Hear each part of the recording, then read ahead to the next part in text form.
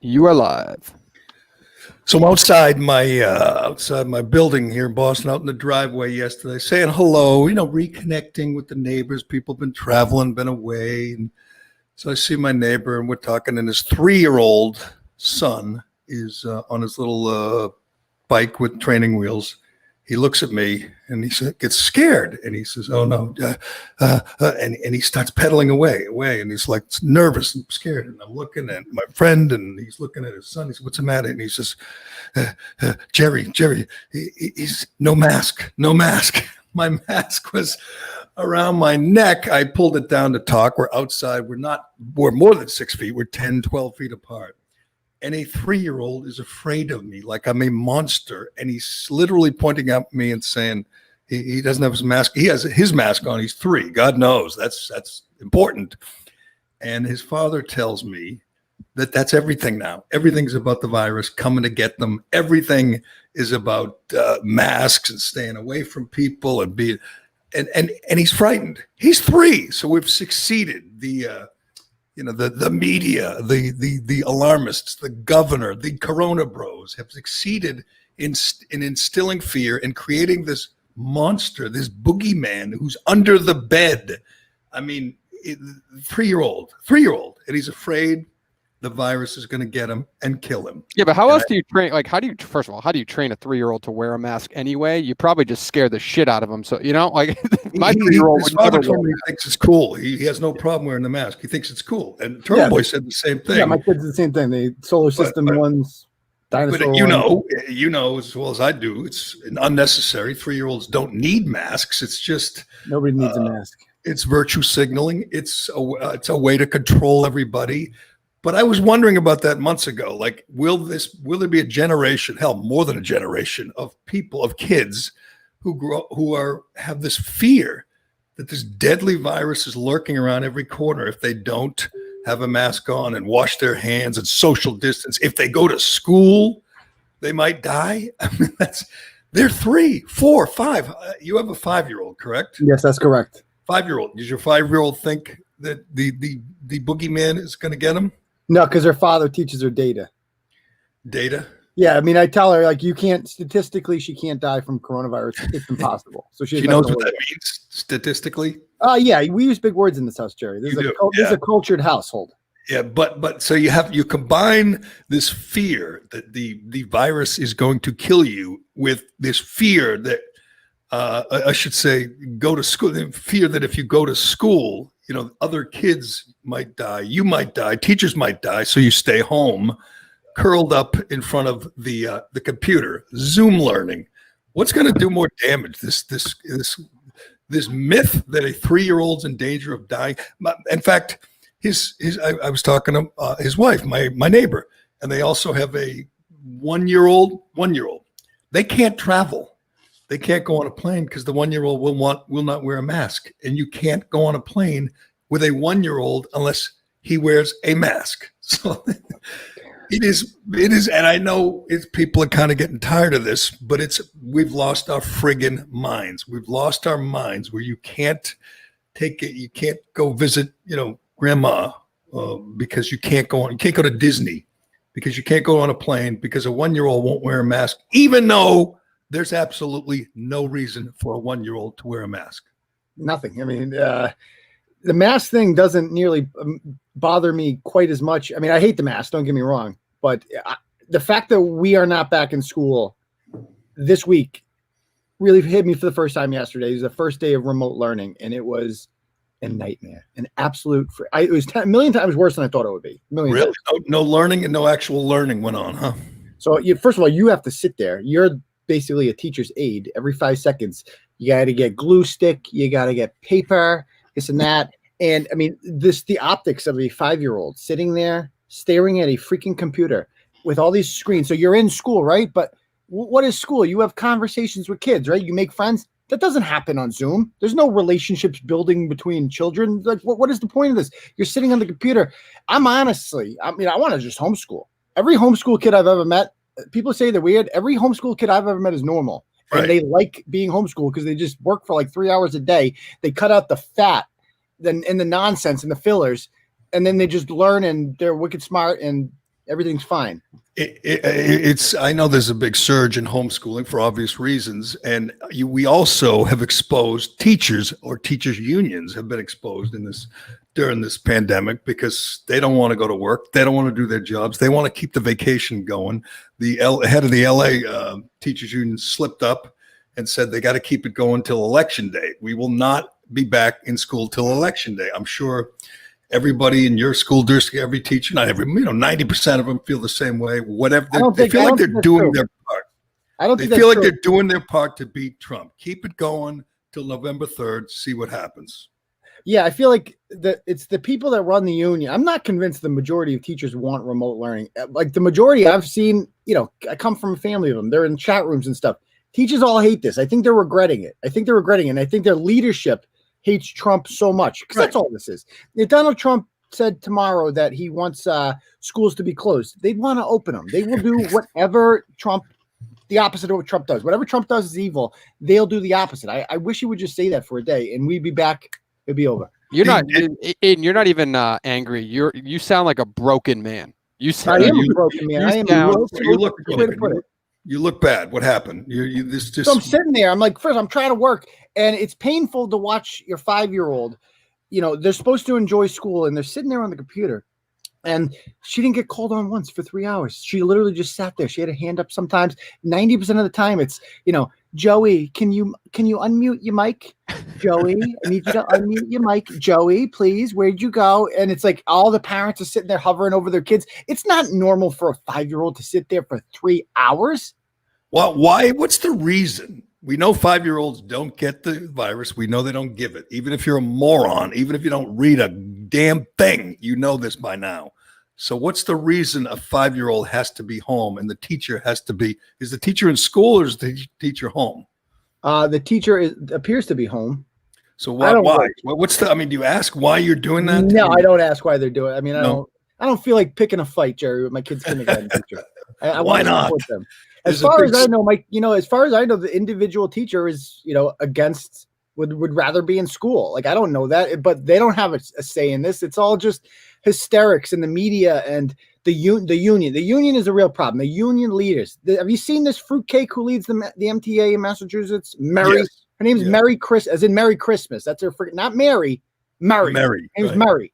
And Mary is a radical Bernie bro lunatic who is upset, who completely failed as a teacher in Concord and is just a complete political activist now and is leading teachers down a road of destruction. And I get emails and messages from teachers every day who want to be back in school, Jerry, every day. There's a big story in the New York Post I'm looking at right now this morning saying remote learning is a disaster. And it's much the same.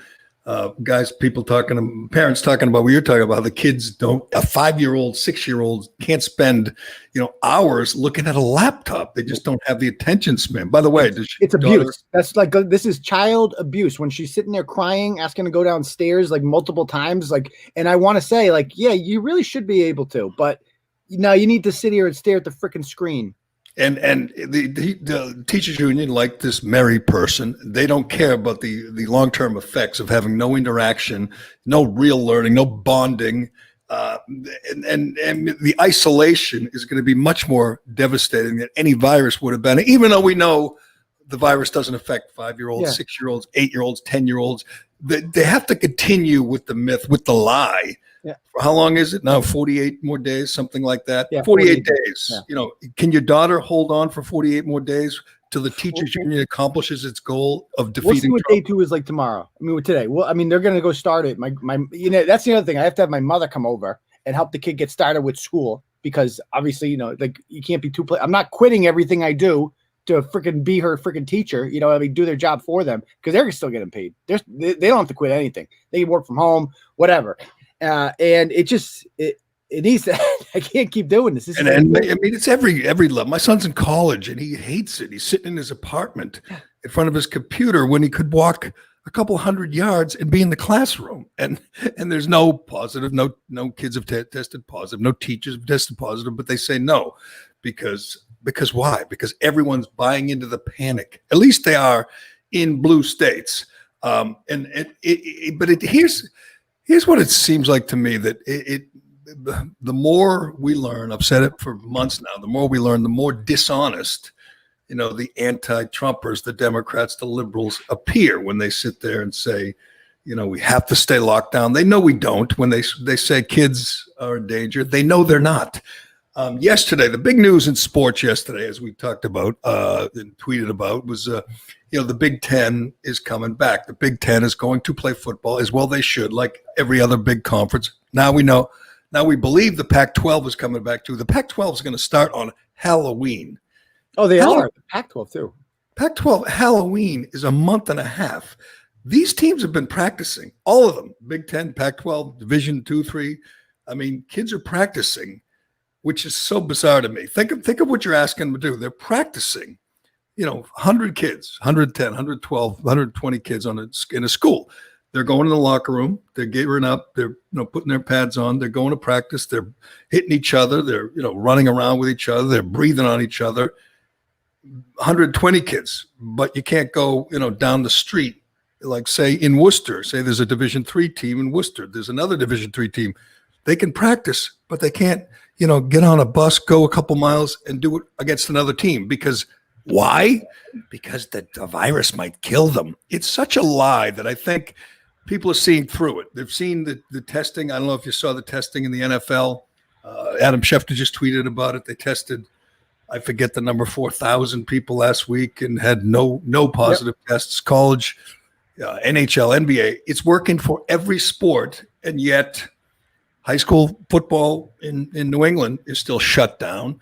The Pac-12 just announced they're coming back on Halloween. The Big Ten's coming back, I believe, October 17th.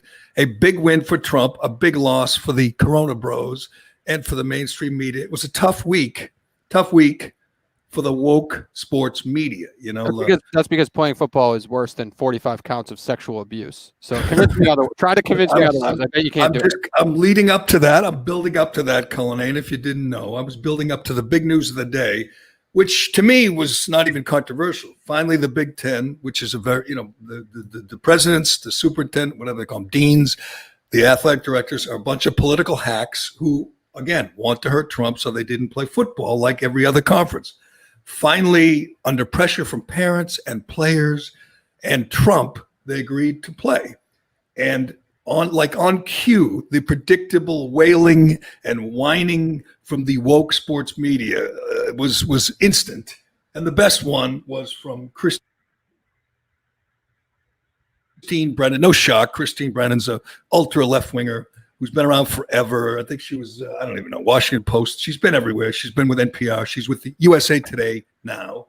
And USA Today, and yesterday she wrote a column. By the way, she's on the board, or she's a professor at Northwestern or something. Typical, never written anything that anyone's ever read, but, professor, cashing a check, like half the ESPN super liberals on like around the horn work for different colleges, adjunct professors.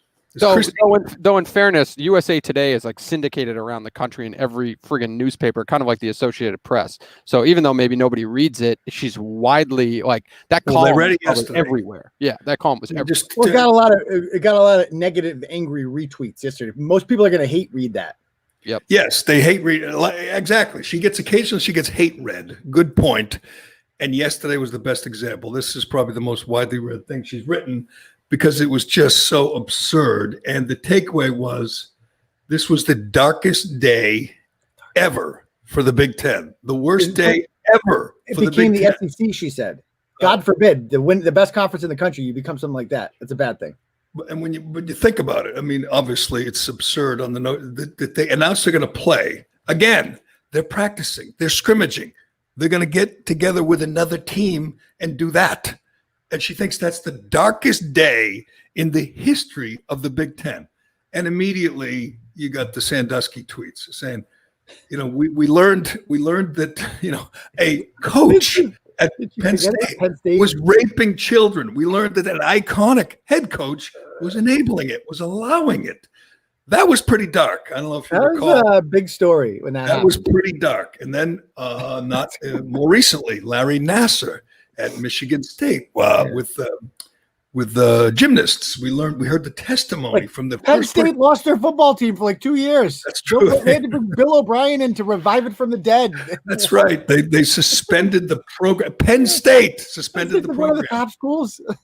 And she didn't just say football. She said Big Ten, period. So you can include the gymnastics. I mean, there's 3 or 4 sex scandals, rapists, working for teams, including Sandusky.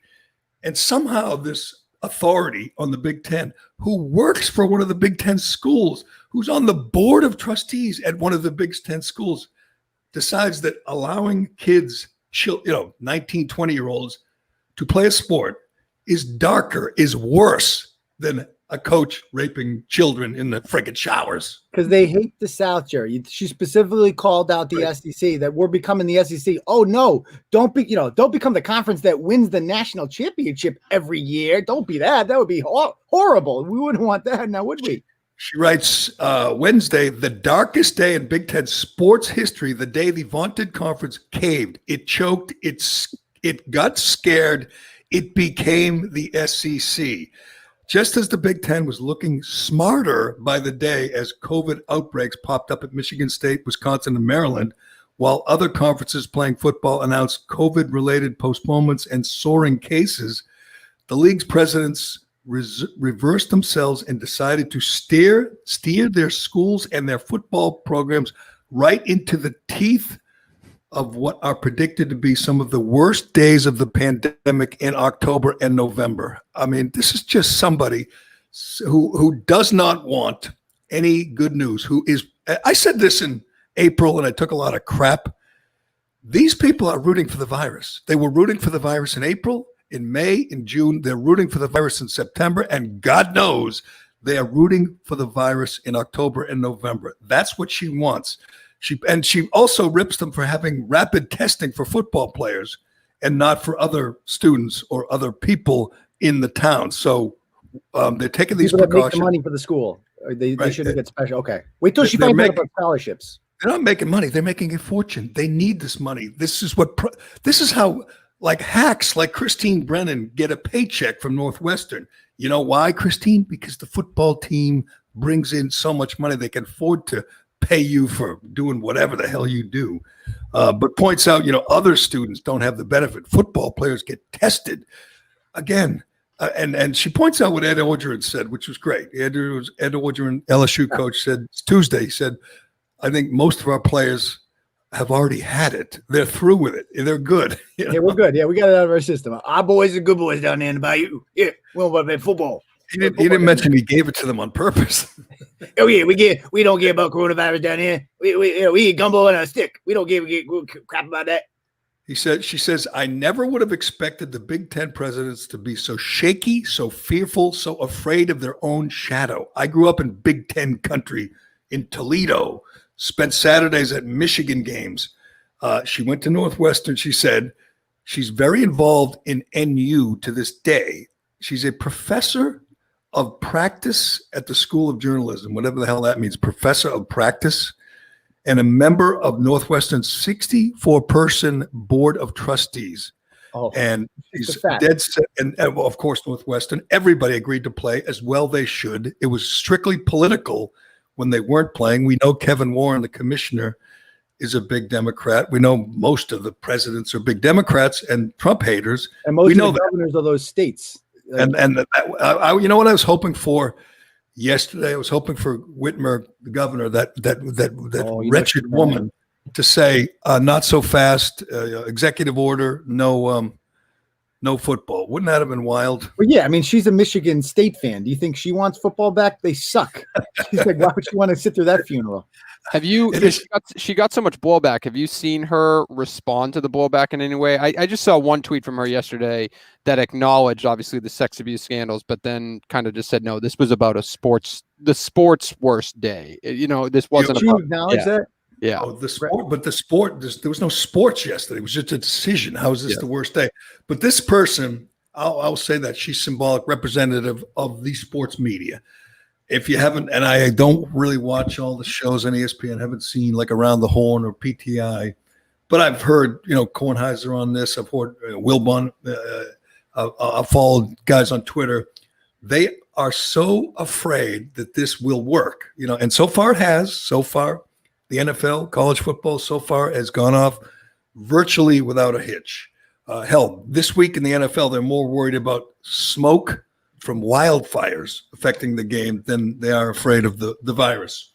But right now, on October 17th, or right now, Christine Brennan is sitting back saying, please, God, let there be a spike. Let there be a big fat coach who gets it and is suddenly in a hospital on ventilator, and we could say, the football coaches killed him. That's what she wants. She wants the virus to derail the Big Ten, to ruin, doesn't care about these kids, doesn't care about the players, doesn't care about the revenue.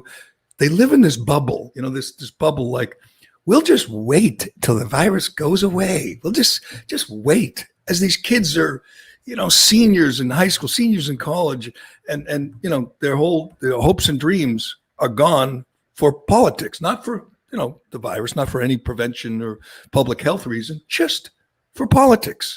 Jerry, have you ever heard an old person say, I want children to shut down their lives? That's such a good question. That is such a good question. I've never once heard an old person say that. I had this fight with someone on Twitter a couple months ago because if your parents were still alive, you wouldn't say this. You want to bet? If my parents were still alive, they'd be disgusted. They'd say, we're good. We're staying in. We're not taking any chances. You go live your life. The idea that old people are that selfish, just the opposite. You're so right. You think my 7-year-old father wants my 5-year-old daughter not to go to kindergarten so he doesn't get sick? No, of course not. Because you know why, Jerry? That would be incredibly selfish. But as usual, it's 40-year-old white liberal women speaking for everyone. They speak for Black people, they speak for Latino people, and now they speak for old people. They are the official voice for everyone. You have to add a word there: ill-informed or uninformed or ignorant. Or dishonest. Again, I say you're either dumb or you're dishonest. If you think a 5-year-old, if you think Turtle Boy's 5-year-old, what's her name? Is it Turtle Girl? What's her name? Call it Turtle Girl. Turtle Girl. If you think Turtle Girl should be curled up in front of a laptop right now instead of in a class, goofing around with other 5-year-olds, bonding, learning, having fun, running on the playground with other 5-year-olds. If you think she belongs in front of a damn laptop, you're either dumb or you're dishonest. Those are the only two choices. You're dumb and you think somehow the virus is going to kill a 5-year-old, or you're dishonest and your only end game, your only goal is to defeat Trump. So this is part of the plan, sow the seeds of chaos and hope that it hurts Biden, hurts Trump and helps Biden. I saw the most dishonest, this is saying a lot, I shouldn't say the most, one of the most dishonest commercials yesterday for Biden. And I don't know if you've seen it, but it's laugh out loud in its dishonesty. It's about schools being closed, because of the virus, and it blames Trump. Biden has a commercial saying that our kids are home, that schools are closed, we're all going to die. And I'm saying, wait a second. Trump says every day that he wants. And that's the stuff that's pushing me over the edge right there. That's the shit that I see, because I go online, and the official talking points of the left is, if only Trump we'd love to be back in school. If only Trump had gotten the virus under control, we would be. This is all his fault. They're just doing that. It's like, first of all, it doesn't matter who was president. The virus was coming here, and we were fresh meat, this country. We are the fattest country in the world, and it's not even remotely close. Like, it was coronavirus was salivating at the idea of coming to America. Like, oh my God, the land of the obese. We're going to come there. We're going to work our way through there real quick. And by the way, we still never, ever hear from Fauci or Birx or any of these people about how to make your body less vulnerable to this virus. No, we're busy shutting down gyms and not allowing people to play sports. Stay home, get fat, and be careful, be safe. But I've had the debate with Reamer. I've had the debate with other people, and they think that, and polls show that the thing that hurts Trump the most is the virus, the coronavirus and the lockdowns. Well, no, they can't answer this. And I've asked Reamer, what should he have done? This is indisputable, Turtle Boy. It is indisputable that if Biden were president or Hillary were president, there would be more cases, more dead, bigger problem. Yep. We know, and I don't know if you've heard him mention this. He hasn't said much. He hasn't said it much, but Trump shut down travel from China. Yep, he did. I heard about that. It was xenophobic. He did. Yeah, he mentioned that. I mean, get ready, because at the debates in the debate September 29th. What's the date right now? September 7th. In 12 days. Yeah. 12 days, we're going to see the most highly rated presidential debate ever. And it'll probably be a letdown because I'm so excited to see it. But Trump will mention shutting down travel from China 5,000 times in that debate, like he hasn't mentioned it already. Biden called it xenophobic and racist. And then he shut down. That was 10 days after the first case in this country. And then he shut down travel from Europe. And I don't know if you remember that, but that was more controversial because lots of those rich white liberals you're talking about have their kids in school in Rome, or in Paris, and their kids were stuck and scrambling to get home. So that was a bigger deal. The only argument is that, I think the only thing that they could possibly say is we would have locked down earlier. That seems to be their only That's argument. a lie. That's not true. Well, first of all, even if the truth would be worse, that sounds awful. So you would have taken away our freedoms earlier? What? And guess what? The lockdown has not prevented anything. All these draconian things we did absolutely nothing to stop the spread. Nothing. It spread. Corona's coming for you, baby. It's all had it. Lockdown was less than 2 weeks after the first death. It was, I don't know if you remember, it seemed kind of rash, kind of draconian. And by the way, that was kind of done on a local level. I don't know how, what the president was supposed to do. Again, the travel ban, he took it more seriously than Biden or Hillary or any of, or Nancy Pelosi was saying, come on down to Chinatown to eat. De Blasio was saying, come on down and, don't worry about a thing. It's just that Cuomo was saying, it's just like the flu. You had that idiot health director in New York saying, come to the parade this week. They were holding parades and encouraging people to go to them while Trump was shutting down travel. So it's really dishonest to say we would have been better off with a President Hillary or President Biden. It's just a lie. Well, the new lie they pull, and I see it on the news all the time. They say they always bring some doctor on because these people are freaking experts. People still trust them for some reason. They'll say, how many lives would be saved if Trump had done a mask mandate nationwide, which first of all, he can't do. And secondly, they're always like, my model says 45,000. 45,000. They just throw a number out there. They make shit up. It's all made up. It's totally made up. And yesterday they got a little red meat from Redfield, the CDC director, that weirdo who said the mask is better at preventing the virus than the vaccine. Now, I'm no medical expert. If I were, I'd been suspended from Twitter by now. But tell me this, how ridiculous. A vaccine prevents the virus, correct? A vaccine for whatever. Traditionally, yes. Prevents polio.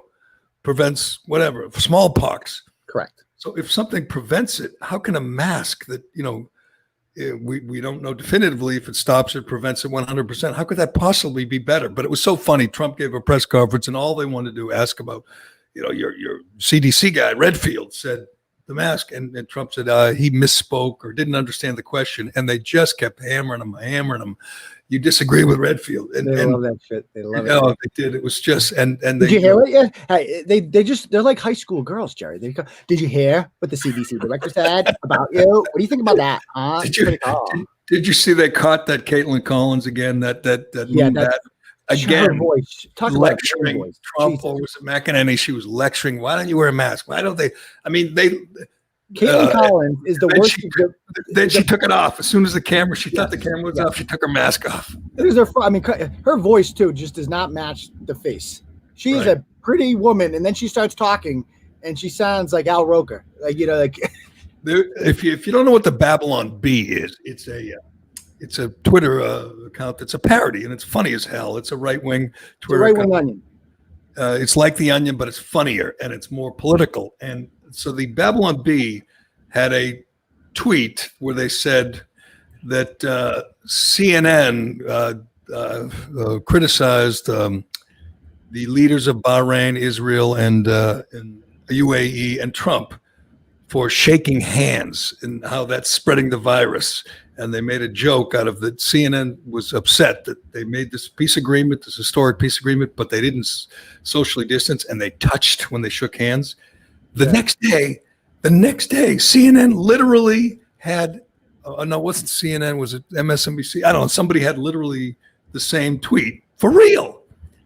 For real. I mean, you've heard the reports. They were criticizing the event, this historic event where they made peace in the Middle East, and Obama couldn't do it, and Clinton couldn't do it, and Bush couldn't do it. Trump did it.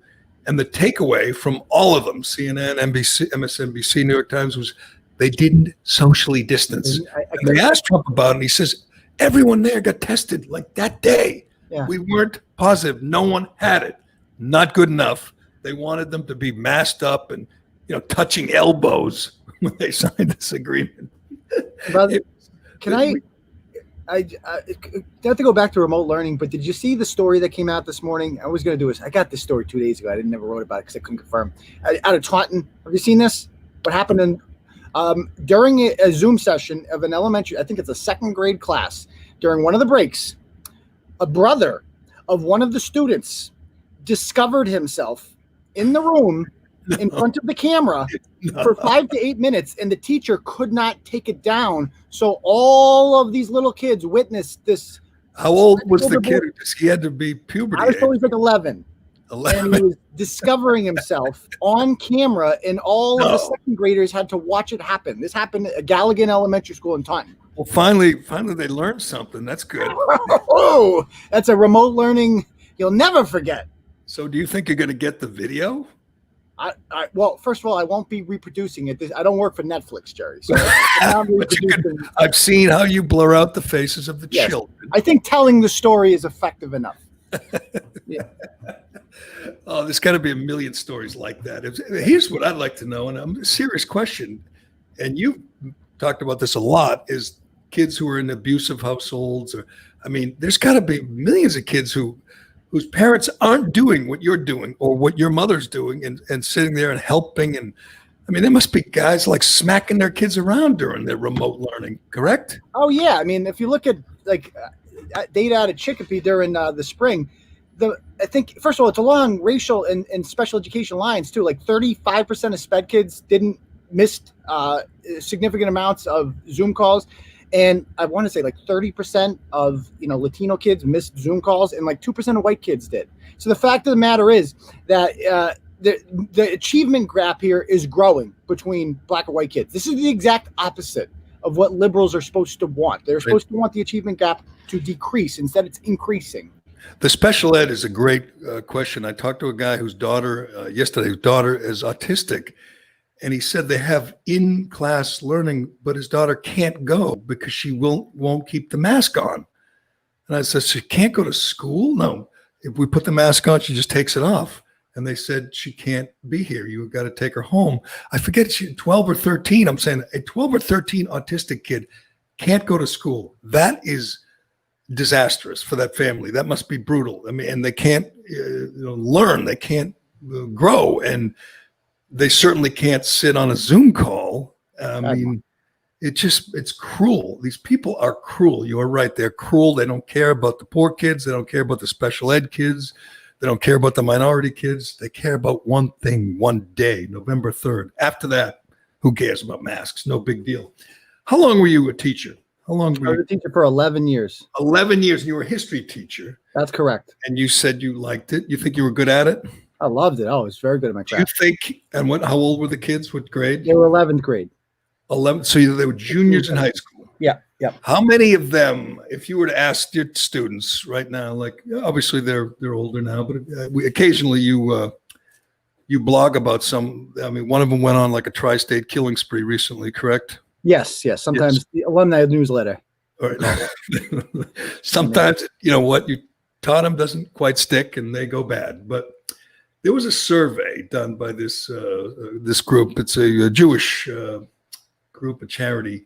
And they did a survey recently, which is just the most disturbing. I realize public schools, they're busy teaching critical race theory and teaching kids, to that there are 57 genders and boys can have babies and girls have penises and every other wacky thing. But they do this survey about perhaps the most important, most significant era in the last 100 years to change the world. And there's been a million movies and books about the Holocaust, right? Mm-hmm. 18 to 39-year-olds in all 50 states. So it is a big survey. 2/3 of them, and I'll get the exact number of people surveyed. 2/3 of them did not know that 6 million Jews died in the Holocaust. How many do they think died? Hold on. That's not the most, I'm going to get the actual copy of the results of the survey here. Unless they're listening to Iran public radio or something. Well, what's the difference in Iran public radio and American public radio? Fair question. NPR. It goes state by state, and it goes through which states have the worst knowledge of worst scores: Alaska, Delaware, Maryland, New York, Georgia, Hawaii, Louisiana. The states with the highest scores, the most knowledge. I'll have to give you credit, Turtle Boy. Wisconsin, Minnesota, Massachusetts, Maine, Kansas, Nebraska, Pennsylvania, Idaho, Montana have the highest scores. But check this out. That's bad enough. 2/3 did not know $6 million. 1/4 of the students surveyed, or the adults now, did not believe the Holocaust happened. And here's my favorite one. 12% never heard of the Holocaust, did not know what it was. Didn't know what it was. They must have been. They must subscribe to Louis Farrakhan's YouTube channel or something. It's like a wet dream for them. It's almost all of the ones who never heard of it went to Boston University, which is amazing, and we're in the class with Reamer and AOC. It goes state by state. New York. 20% of New Yorkers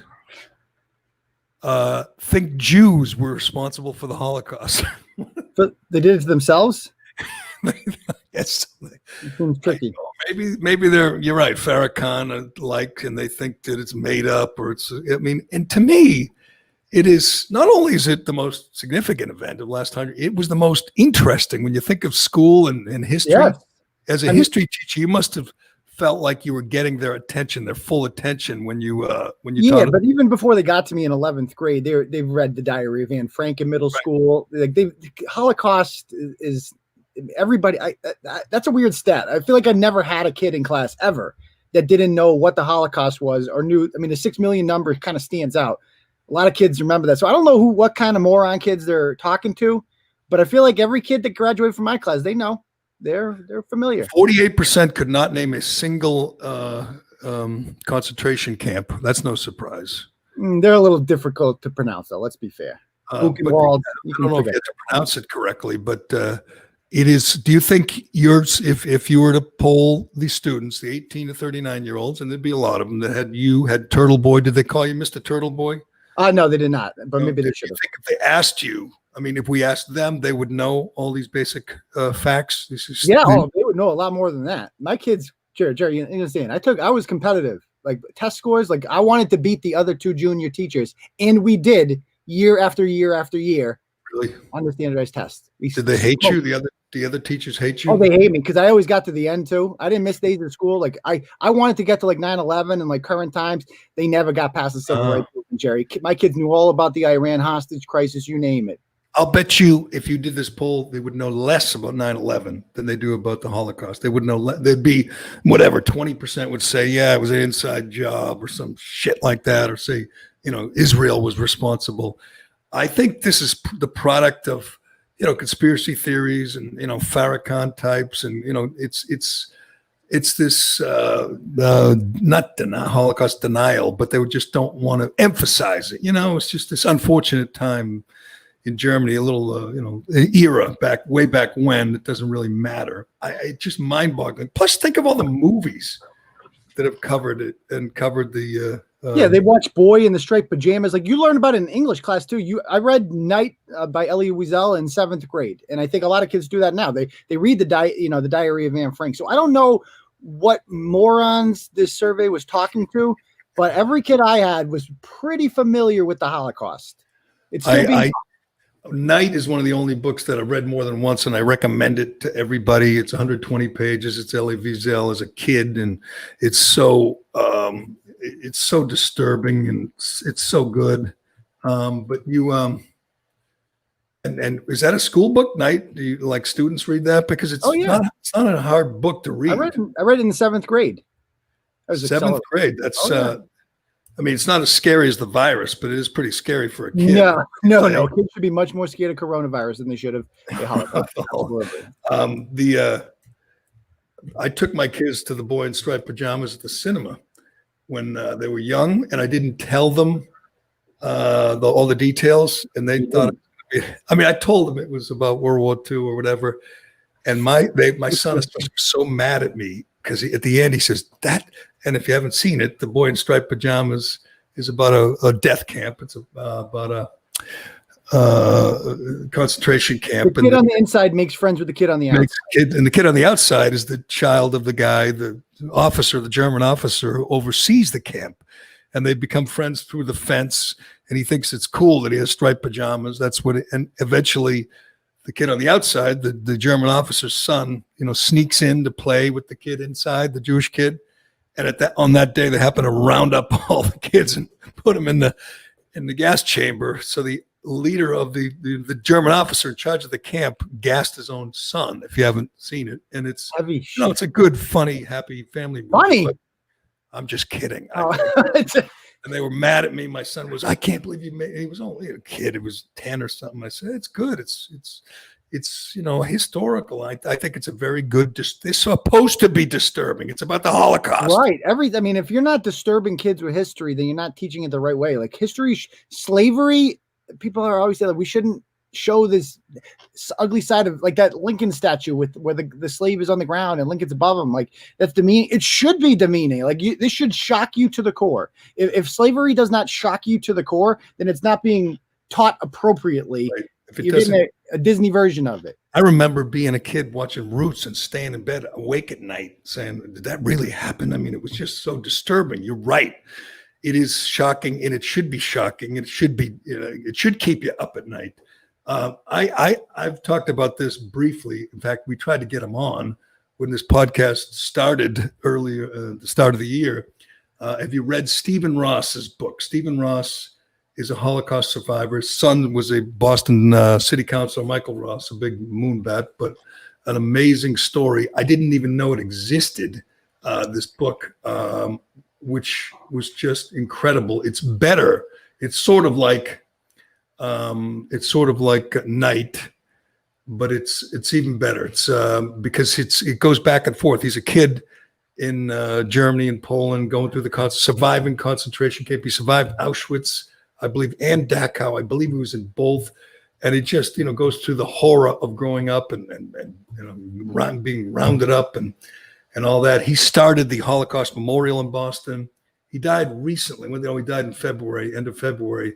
But it just this amazing life. And he comes home to Boston. He becomes a truant officer and kind of a social worker. And he alternates between being an old guy in Boston and helping young kids out and going back to Germany and Poland and going back to his experiences as a kid, which are horrific. They're just like Elie Wiesel's, his whole family dies. It's a great book and a very underrated book. And I don't know why. And I'm trying to get the exact title of it because I've been telling people to read it. From Broken Glass, right? From Broken Glass. Starts with the Crystal Knock and the Night of Broken Glass, and goes from there and talks about just how they terrorized towns and took everything from everyone. And when the Nazis first come into his town, they tell everyone to get outside, bring their money and bring their jewelry. And some old lady in the top floor of a house resists. And they throw out the window. That's the first time they realize this stuff is real. Yeah. But I'm not sure if you can get From Broken Glass at every bookstore or whatever, but find it, read it. It's a great read. And it's one of those books where I kick myself saying, why don't I know about this? Why don't I know this guy's story? Why didn't I know this guy's story? And when we started this, we were trying to get him on. He was very old, obviously. He was, I don't know, 89, 90 when he died. But if you haven't seen the Holocaust Memorial in Boston by Faneuil Hall, it's pretty good too, man. It's pretty intense experience. You know what's not taught enough about the Holocaust, Jerry? And I always make a point that during when I taught World War II is resistance movements within the countries. You never hear about them. You hear that France was passive, and they were, and all these countries were passive. But every country that Hitler took over, including the Warsaw Ghetto, there was an uprising. There was uprisings within certain concentration camps. They didn't go anywhere, but they tried. But within France and all these other countries, like they worked with the Allies. Like the people in these countries, they used radios. They sabotaged. They blew shit up all day. They blew up railroads. They were an important part of winning the war, and you never hear about them. And these are the real heroes like that. And I'm like thinking about that, the dangers that they went through. And then I think about coronavirus. Everything comes back to that. And I'm like, or you think about the people who hate this country and, think compare Trump to Hitler and compare, the camps on the border where they get the people coming over, the illegal aliens, and they put them in cages. Concentration camps. And compare those to concentration camps. I'm not sure if AOC is aware of that, but in Germany, people were trying to get out. In the U.S., people are trying to get in. That's a big difference. I don't know if she's fully aware of that, but it is sickening when you read a book like From Broken Glass or Night, or see a movie like The Boy in Striped Pajamas or Schindler's List, and you think of people comparing that to this. It's just sickening. People are sick. These people who hate America and want to, these BLM protesters, they're these Antifa scum. They're just sick. They're ill-informed, stupid, dishonest, disgusting people who really should go to a history class or must have skipped history class. Or maybe they had a bad teacher, Turtle Boy, who didn't instill this value, this appreciation for this country in their students. You know what? The problem is your colleagues, your former colleagues, they're the ones teaching this. That's why 20% of New York people think the Jews are responsible for the Holocaust. That's the English department. Don't blame the history department. I don't know what the follow-up question to that is. Like, how'd they do it? Yeah. So who's lying? I mean, this is literally like an anti-Semite wet dream. What is happening right now? If people like Ilhan Omar is like, checkmate. Got it. And I say this all the time to Reamer. How can you be Jewish and be a Democrat right now when Ilhan Omar, Rashida Tlaib, and Bernie Sanders, these real anti-Semites? They're not really Jews. Like a lot of these people, they don't go to temple, they don't go to synagogue. They're into it for, the being called, like I get minority status. I'm a Jew. Like it's like I have a check mark next to my name now. I have something to talk about me besides just being a basic white person. But they don't actually practice Judaism. Well, I know, but they do know that these people hate you. Like Rashida Tlaib, she doesn't like Jewish people. We know that, right? We know Ilhan Omar. Some people did something. Yeah, not a fan. They should understand that the last president, the one they voted for twice, the one Turtle Boy voted for, had a real problem with Israel. He always sided with their Muslim adversary. Every single president in American history has since the creation of Israel. This president is the first one that is unapologetically supportive of Israel. And if that's important to you, you should acknowledge it, because if Biden's the next president, and I'm really not sure how that's going to work. Anything, though, with Trump, it's like with Israel, he doesn't just pump them with weapons. Like that's all we've done with American history with Israel. Just give them as many weapons as possible and money. And make sure they don't get blown up, right? Trump's big concern with Israel is making sure that they have like individual peace with one country after another. If he gets a peace deal with Saudi Arabia and Israel, it should be the biggest foreign policy story this century. Well, it depends. No, it won't. It depends. When they come to that agreement, will they shake hands or will they socially distance? Will they wear masks? Oh, yes. I mean, can you believe that? Like they're from the Middle East and you're worried about masks. Are you kidding me? And they just got tested 2 minutes ago. As soon as they walked in the White House, they got the instant test. I know Christine Brennan's not happy about that because not everyone gets that instant test, just the president. But everybody at that signing, everybody who was sitting in the front row had just been tested. They don't care. It's just a weapon to use against Trump. And Trump's promising, what did he promise? 5 or 6 more countries are going to come on board and come to a peace agreement with Israel. Yeah, something. And you're right. If it's Saudi Arabia and it's, I don't know, October, whatever, 31st, a couple of days before the election, you will see the greatest suppression of news you've ever seen. I mean, this is close. This was close. I mentioned this yesterday. I was on the Globe's website. There, I didn't, log in anything, but I'm on the front page of their website. There had to be 50 stories, either written up or teased. There was no mention of this historic peace agreement. They are, again, their job is to cover the news with a pillow until it stops moving. They are there to suppress the news, to stop Trump. That's all. That's their job. They must be having meetings in the morning. I heard Bill O'Reilly talking about this. Bill O'Reilly's on the First, and he's doing a book tour, and he's trying to remain relevant. And God bless him. I don't think we'll have him on this podcast, but he is. It's interesting. Listen to a desperate Bill O'Reilly, and he was talking about meetings that every network has in the morning. And they have these 8 a.m. meetings on what they're going to do all day. And he says there are directives at all these ABC, CNN, and they don't write it down. They don't email it because they're afraid it'll get leaked. They literally say, here's what we're going to do. We are not covering this peace agreement. We are going to go after him because of masks and whatever. and they tell their staff, they tell each producer, whatever, director, that this is what they're going to do all day. And they do it. And it's pretty apparent. They use the same language. Have you ever seen one of these compilations where everyone on the network says, like, reimagining police? We're going to reimagine. They use the same term. There's an email, Jerry. We got to get on that email chain. How do you get on that? According to O'Reilly, you won't see it on email because they're afraid it'll get leaked to whatever, the New York Post. Is there a group text? Is there a group text? How do they get the same word? Again, I think they're afraid it'll get leaked. There's a lot of stuff leaked, as we see. But it's probably that New York Times Slack channel. They're probably just all there. That's true. We learned that from Barry Weiss, whatever her name is. That this Discord. It's got to be a Discord. I'm thinking. Why? Well, that's your job. Why don't you get a hold of it? It's got to be somewhere where they just, in 2 years ago, the word of the day was credible, because this is Christine Blasey Ford season. Correct. And, credible was the new word of the day. Now it's credibly accused. He was credibly accused. Yeah, that was their way of having no evidence. We'll just call it.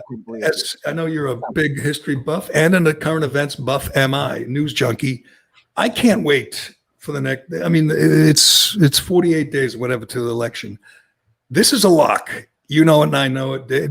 In sometime in the next 48 days, there's going to be a vaccine. I don't care if it looks like a package of sweet tarts that Trump breaks out at a press conference. There's gonna be something that he's gonna come up with and say, boom, this is the vaccine. It's been proven, it's been tested, it works. And the media is gonna freak out like it's gonna be some kind of parody. They're all gonna, before they even hear any details or any corroboration from any medical, they're gonna say it's junk science. And they're going to that's going to be their mission. They're going to find out that whoever the doctor is, God bless whoever the doctor is that first announces the vaccine, they are going to have their lives scrutinized, ripped apart. They're going to find something you tweeted in 2001. They're going to bring that up. They are going to do everything in their power to discredit you if you even attempt to put a vaccine out before Election Day. I don't think we've ever seen anything like it. We've ever seen like it. They're going to, I mean, Facebook, Twitter, YouTube will ban, censor like never before. They don't. The incredible thing with the big tech censorship, and you are, you're aware of this more than anybody. I invented big tech censorship. Is there? They used to be, subtle. They used to be careful. They don't care anymore. I mean, I heard somebody talking about Jack Dorsey. Jack Dorsey made his billions, and now he's all about. Obviously getting Biden elected, but about changing affecting the dialogue, the discourse, and he doesn't care if he has to ban like that Chinese virologist. They're looking to him. If you listen to the Joe Rogan podcast with Jack Dorsey and this idiot woman that he has running the Tim show. Pool, that's the one where Tim Pool was doing all the questions. It was great. One of the best episodes I've ever seen. They literally say in there, we're trying to improve the conversation. Right. Like that's so Orwellian that we'll decide what an improved conversation looks like, not you peons. And Tucker did this last night with this Chinese virologist and with these other doctors earlier in the summer, including that guy in California, well-respected doctor who doesn't believe in masks. You can't find that video. I mean, YouTube took it down. Twitter censored him. If they disagree with the CDC, who's been wrong about a lot of things, it doesn't matter how credentialed they are, how smart and experienced they are. They could have 1 million degrees from, every Ivy League school. They get taken down if they disagree with, I shouldn't say the CDC, if they disagree with Jack Dorsey or they disagree with Mark Zuckerberg, they get taken down. And that will be, we've never seen anything like it. In the next 48 days, there will be a vaccine. I'm not saying it will be ready to be mass distributed and save everyone's life, but Trump, he's not gonna wait, man. He's gonna go. If they come out with a vaccine, I don't know if there'll be a bigger economic boom. Like, think of how much the stock market's going to skyrocket the day a vaccine comes out. I'm not a trader, and I assume it'll go up. Okay, then we have the media and the Democrats rooting for the virus, against the vaccine, against the economy, against the stock market. That's the picture he has to paint. If you're Trump, if you're a Trumpkin, if you're a surrogate, you have to say, they're rooting for the virus, we're rooting for the vaccine. That's indisputable. Christine Brennan speaks for many, many people when she's sitting at home right now saying, please let there be an outbreak in every Big Ten locker room. Let every team have 50 guys test positive. Let there be games canceled. That's what she wants. That's what everybody on her side wants. That's what everybody on ESPN wants, I think. They want the virus to win, the vaccine to wait. They want Trump to go down, and then everything will be back to normal. It is so transparent. I think everybody at this point, everybody soon enough will understand that this is all a big game. There's nothing on the level. Masks, vaccine, nothing's on the level right now. Yeah, I mean, well, I still, to this day, I still don't know, Jerry, whether or not they actually believe it or whether or not they're just doing this to beat Trump, because they seem to believe it. Like, some of these people really, really, really seem to. The Karens, the people calling, like the videos that you post of these people screaming and going nuts. Yeah, they seem to really believe it. I don't think it's fake with those people. The mask thing, I guess, but do they believe that? I can't help but laugh when I go to the grocery store and I see, we're all wearing masks, and I'm just looking at it. It's like, how stupid are we to think that, like, this sense of security we've created for ourselves, like, we're good now. We're good. We got this thing on our face. I went walking down the sidewalk in Boston yesterday, and my mask was on my neck, one of those gaiters and I didn't have it. And the number of people, first of all, everybody's masked up. 2 months ago, it was rare, or, maybe some people did, some didn't. Now everybody, including 3 and 4-year-old children, I'm expecting to see dogs masked up soon. And they will turn away if you don't have your mask up over your mouth and nose. And I walk down, and they're like, and they turn away like it's going to save them. Yep. Oh, thank God! I turned away at the last minute. I've been running without a mask. Obviously, I'm not an idiot. And people will see you coming without a mask, and they will, like, move to the other side of the street or the sidewalk, or they will look the other way, like, uh-oh, here comes one of those killer maskless monsters. And it's going to get worse. It's going to get worse. We got 48 days or whatever it is. It's going to get crazier. And I can't even imagine what it's going to be like in a month. The end of October, how nuts people are going to be going, how hard they're going to be fighting for the virus and against Trump, and vice versa, for the vaccine and against Biden. I can't imagine how much more incoherent Biden is going to get. Yeah. And the other thing about the schools that actually are returning, Jerry, you got to keep an eye on this. And I don't know if you saw the blog I did the other day on St. Mary's in Lynn. A kid taped his teacher just brainwashing the kids with Black Lives Matter propaganda. That's the other thing you got to watch out for when schools do come back. Right. And watch what your kids their teachers are saying on Zoom. Watch them, because it's become so mainstreamed now that now they feel like, oh, I can push this propaganda without it sounding like propaganda. Watch out for that stuff. And you've seen it taped. I mean, hell, schools have, like, Black Lives Matter flags and banners and posters. That's what I mean. It's mainstream, so you got to watch out. So you're never going to get the truth from a teacher about Black Lives. They're not going to teach. The history teachers aren't going to teach you the history of Black Lives Matter. They're not going to show you the three founders who claim to be trained Marxist. They're not going to play for you the sound when the founder of Black Lives Matter says their goal is to end capitalism. Yeah. I think people are going on their website in class, like, let's go to the Black Lives Matter website and let's check out their about section. Let's see what their agenda about us. Let's see what it says about, it's somewhere along the line. Did you see this tweet overnight? I didn't notice it till now because Jason Whitlock just retweeted it. Did you see Mookie Betts? This is the first I've seen of this in sports. Okay. Which he says, "I'm angered and disappointed by the ambush of 2 LA deputies in Compton. My prayers are with both deputies. #justice for all." So, I haven't seen anybody come out, especially in the sports world, to even address that. But I'll give him credit because he is definitely a BLM guy. You can believe what you believe there and also support not shooting cops. That's just it doesn't seem like much. It seems like kind of but it is more than LeBron James has done. LeBron James, as far as I know, and I'm looking for it, has not responded to the sheriff. Alex Villanueva, whatever his name is, sheriff in LA County, who challenged him to double the reward. Now, I don't expect LeBron will do that. His hero, Kaepernick, would be very disappointed if LeBron takes the cop side in anything. But he looks kind of cowardly not responding at all, doesn't he? Yeah. Do you think he cares, Jerry? I mean, peak LeBron cowardice. Stuff he doesn't care about. This is the guy who dropped out of the NBA Finals because he had cramps, Jerry. You think he cared about cowardice? In October, he literally bent the knee to the Red Chinese. Not just bent the knee to the Red Chinese, like said that Daryl Morey should keep his mouth shut for saying free Hong Kong because he doesn't know what he's talking about. He's not educated like LeBron. He hasn't read the first page of every book.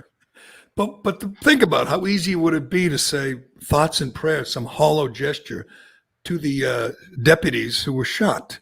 By the way, great news this morning. One of the deputies, the guy, the 24-year-old man, has been released from the hospital. The woman who was shot in the jaw, Claudia Alapanar, was shot in the jaw. She's still in the hospital in intensive care. The guy who got shot in the forehead is out of the hospital and home and recovering. Is that not the worst assassin you've ever seen? The guy, it was point blank. He had point blank in the head, and the guy he shoots in the forehead. He gets shot in the forehead. It must have just skimmed the edge because he was bleeding a lot, but he's out of got a couple stitches. Gangster. Steve, he's got Steve Scalise status right now. And he's still, by the way, undertold story that Steve Scalise is just chilling now, walking around, doing his thing. He just got shot 3 years ago by a Bernie bro that was radicalized by Bernie. And we don't talk about that. Bernie bro had a fully loaded AR-15 and a whole field for Republicans. Death toll 0. I shouldn't say that. Death toll 1. Him, the Bernie bro, Yeah. So I'm getting a text right now, Jerry, from my mother telling me that they can't get the video up.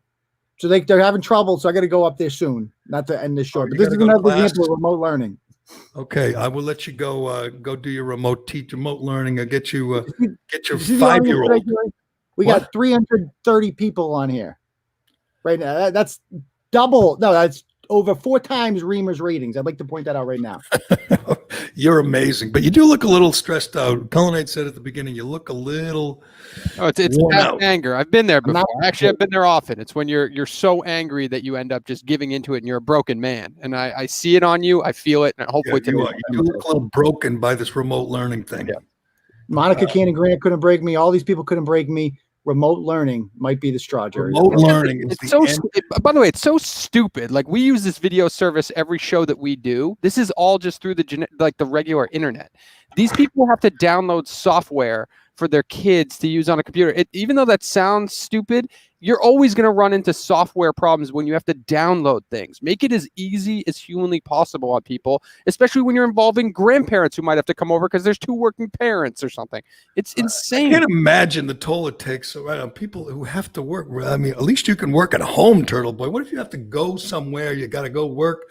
What do you do with your 5, your 6, your 8-year-old? What do you do? You quit your job. Literally, I know people who have quit their jobs for this. Well, that's good. Again, the Democrats, they don't want, the unemployment rate to go down. They don't want the economy to recover. It'll all change on November 4th, but the hell with the children. This will affect kids forever in some cases. I think some kids desperately need school. They desperately need interaction with other kids and with teachers. But the teachers union could give a damn. The hell with the children. The hell with the children. They are rooting for the virus. I'm looking for that Mookie Betts tweet. Can you read it to me again? I'll let Turtle Boy go. Yeah, you can get I'll out let of you there. go back to remote Go do babysitting. remote learning.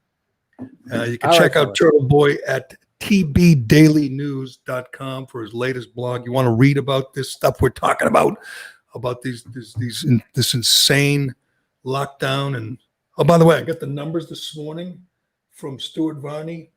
The latest number is 97,000 American businesses have gone under. Wow. 97,000. He said, mostly restaurants and bars and gyms. We're all obsessed with the 200,000 mark in deaths, which probably is more accurately like 10,000 deaths that have actually died from the coronavirus. 200,000 died with the coronavirus. Much different. Most of them were elderly, frail, and not going to live much longer anyway, but that's beside the point. 200,000 have died. 97,000 businesses have gone under, not because of the virus, because of the lockdowns, because of the insanity, the overreaction from our governors, mayors, local officials.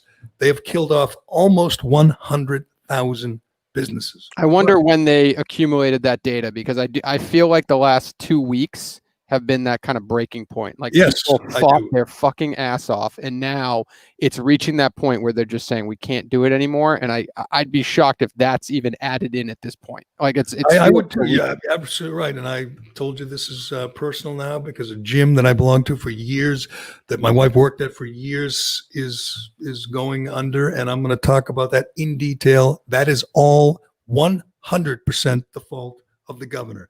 He put this family business that has been in business for 30 years, put it out of business, and doesn't give a damn. That is a fact. The governor could give a shit about the. I mean, imagine owning, like, I look at this stuff, right, and it's all going on, and I see like, oh, Legal Seafoods will never close down. Like, they'll be fine. Like, Legal Seafoods has to close their location, their prime location in the city of Boston. They can't make it work. How the hell are you expecting the local guy in, Hudson, Massachusetts to pull that off? When you give him the 25%, you go, and that's just a tease. That doesn't help him. That doesn't save his business.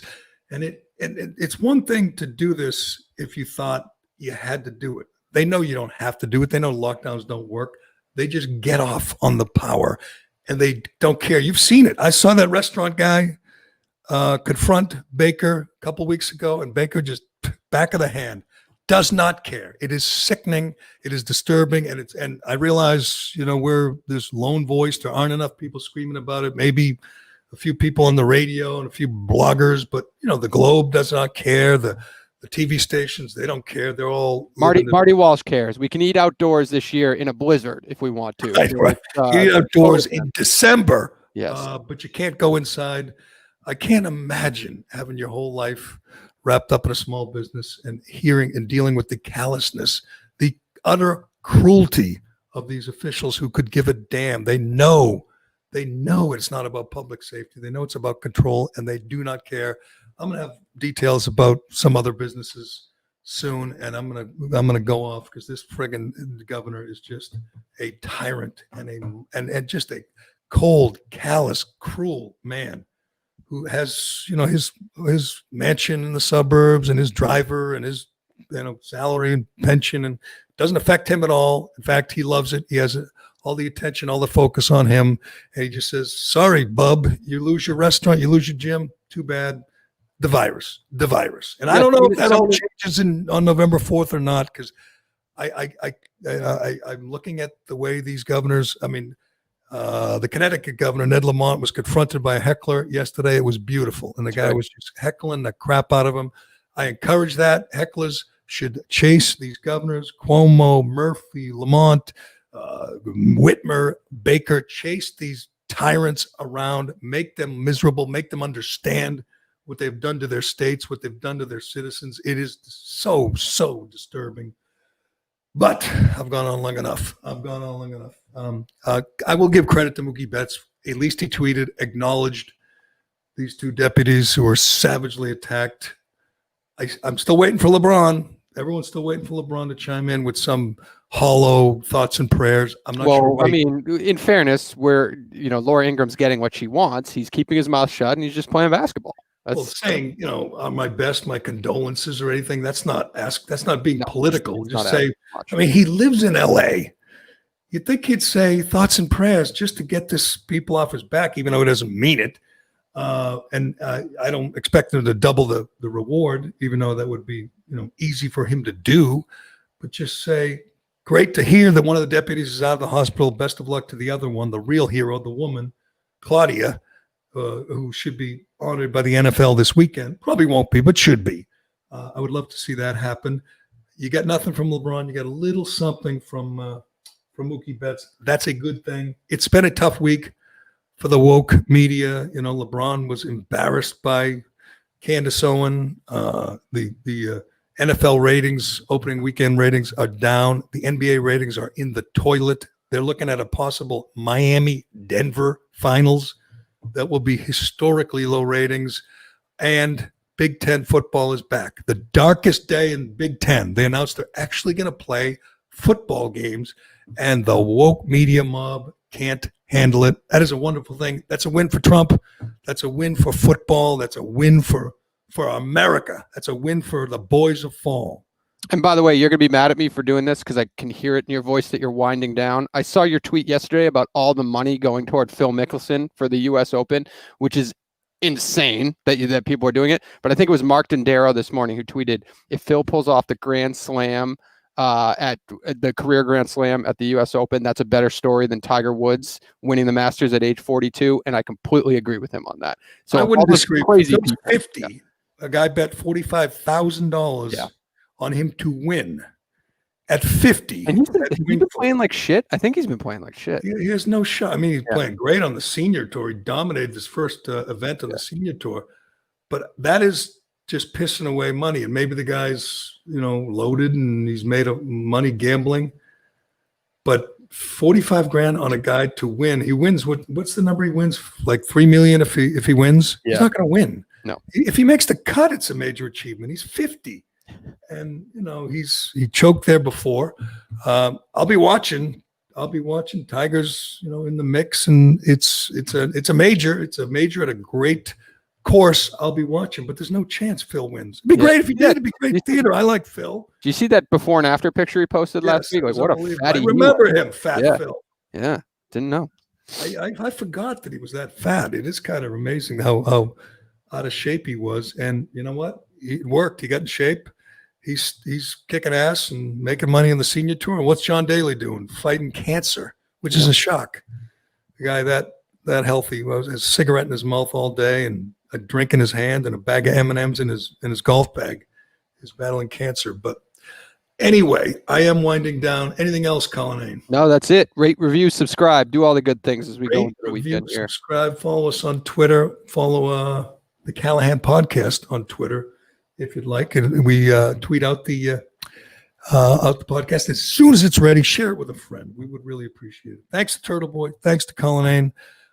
This is the Callahan Podcast. I'm Jerry Callahan, and we will talk to you again real soon.